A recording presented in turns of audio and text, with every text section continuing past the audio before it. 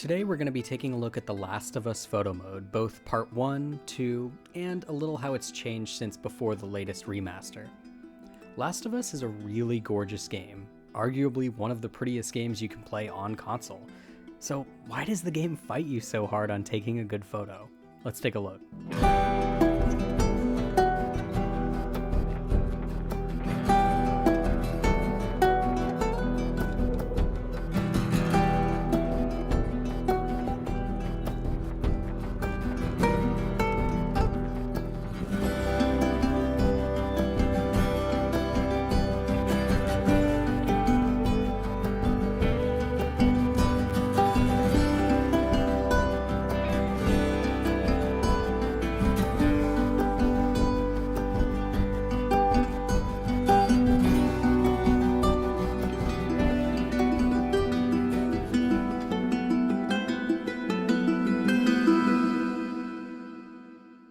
Before we get started, I want to highlight the changes between these games. There are small changes between each, but the big ones are this. Last of Us Part 2 didn't include any light options the first time around. The Last of Us Remake added lights in, and The Last of Us 2 both added lights and an eyeline feature on top of that. Lights do make a huge difference, so I'm glad Naughty Dog included that. What brings this photo mode down for me is Naughty Dog's decision to lock the camera in an orbit around your character. There is no free cam. Instead, you're forced to keep focus on your character in a weird way. This also makes certain angles really difficult. For example, trying to get a low angle can be quite tough in certain situations because the camera is stuck looking at the protagonist. Another example here is me trying to get this camera behind the window for a cool shot looking at Joel, but I simply couldn't.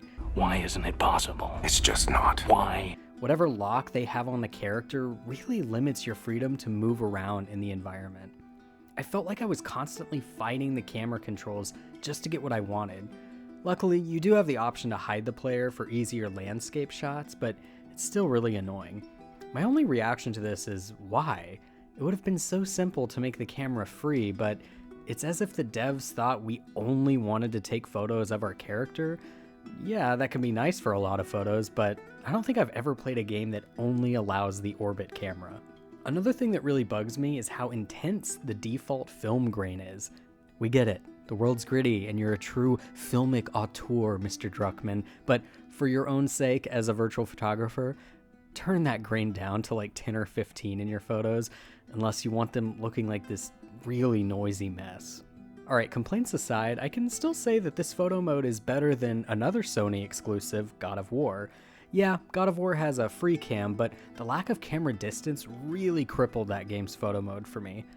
While it can be, again, kind of jank, Last of Us allows you to get pretty far back to achieve nice wide shots. The more I use photo modes, the more I realize that camera range is kind of a must. Without that, you're so limited to what is immediately in front of you, which is always the character.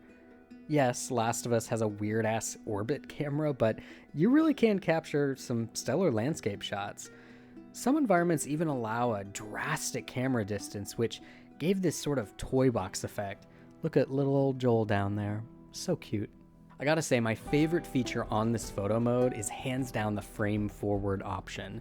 I know I've seen this in another photo mode and I can't remember, so if you do, please comment and tell me because I'm totally forgetting. But it does exactly what it sounds like it can.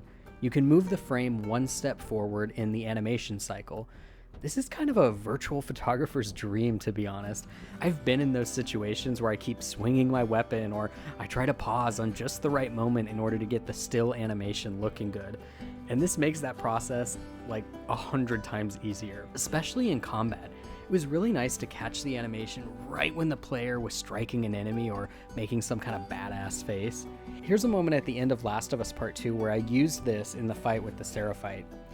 You can really see like every gnarly second of this combat. Ugh, so intense, but I love it. So yeah, I've got some gripes with this photo mode's odd choice in camera, but the world is beautiful and most of the time I managed to make it work for what I needed. Anytime I take over 100 photos in a game, that tells me that they did something pretty good. Alright, till next time.